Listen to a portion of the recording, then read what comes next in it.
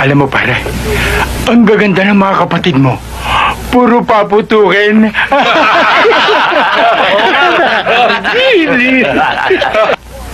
Kaya pare, huwag mo na silang ipagdamot. Ako ang hari sa teritoryo na ito. Kapag ako ang naging bayaw mo, ikaw ang prinsipe dito.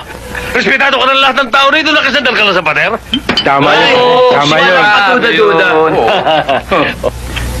Bay, hindi ko pinililigawan ng mga kapatid ko eh. May pangarap ako para sa kanila. Huwag ka na mangarap. Baka bangunguting ka lang.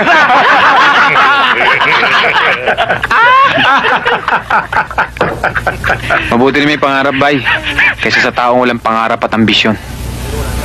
Sige, Bay. Salamat. Siguro wala tayong dapat pag-usapan. Muna na ako.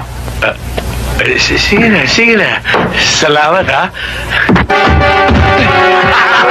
Tulungan mo!